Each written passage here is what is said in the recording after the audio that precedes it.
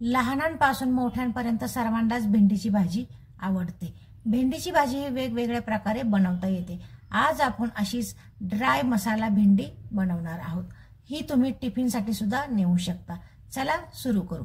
त्यासाठी इथे मी 250 ग्रॅम भेंडी घेतलेली आहे। भेंडीला मी स्वच्छ धुवून पुसून घेतलेली आहे। कोरडी करून भेंडी घेतलेली आहे इथे।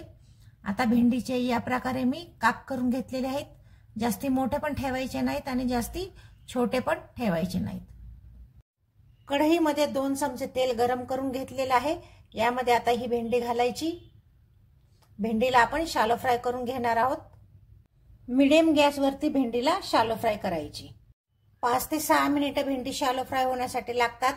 भेंडीवर झाकण न ठेवताच भेंडी शॅलो फ्राय करून घ्यायची। झाकण जर ठेवलं तर भेंडीला पाणी सुटून ती गिचकी होते, म्हणून शक्यतो करून झाकण न ठेवताच भेंडीला शॅलो फ्राय करून घ्यायची। इथे भेंडीवर डाग पडलेले आहेत, म्हणजेच इथे भेंडी आपली शिजलेली आहे। भेंडी आता आपण काढून घेऊ। सर्व भेंडी काढून झालेली आहे। आता आपण भेंडीसाठी मसाले एका बाउलमध्ये घेऊ। इथे मी घरगुती मसाला घेतलेला आहे अर्धा चमचा, काश्मीरी मिरची पावडर अर्धा चमचा घेतलेली आहे, आमचूर पावडर अर्धा चमचा घेतलेली आहे। आमचूर पावडर ऐवजी तुम्ही अर्धा लिंबू सुद्धा भेंडीवरती पिळू शकता। इथे मी 1 चमचा भरून धणे पावडर घेतलेली आहे, पाव चमचा हळद घेतलेली आहे, पाव चमचा गरम मसाला घेतलेला आहे। त्याच कढईमध्ये आता मी 2 चमचे तेल गरम करण्यासाठी ठेवलेलं आहे। तेल चांगलं गरम झालेलं आहे। अर्धा चमचा मोहरी व अर्धा चमचा जिरे यामध्ये घातलेले आहेत। एक मीडियम साईजचा कांदा बारीक चिरून यावरती घातलेला आहे। कांदा छान गुलाबीसर रंगावरती परतून घ्यायचा आहे।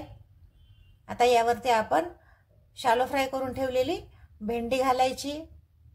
व्यवस्थित सर्व हे मिक्स करून घ्यायचंय। भेंडी खाण्यामुळे शरीराचं वजन वाढत नाही, त्यामुळे आपण भेंडी कितीही प्रमाणामध्ये खाऊ शकतो।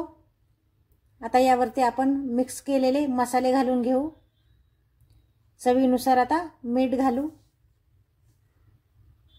आता हे सर्व व्यवस्थित आपण ढवळून घेऊ। सर्व मीठ मसाले भेंडीला लागले गेले पाहिजेत।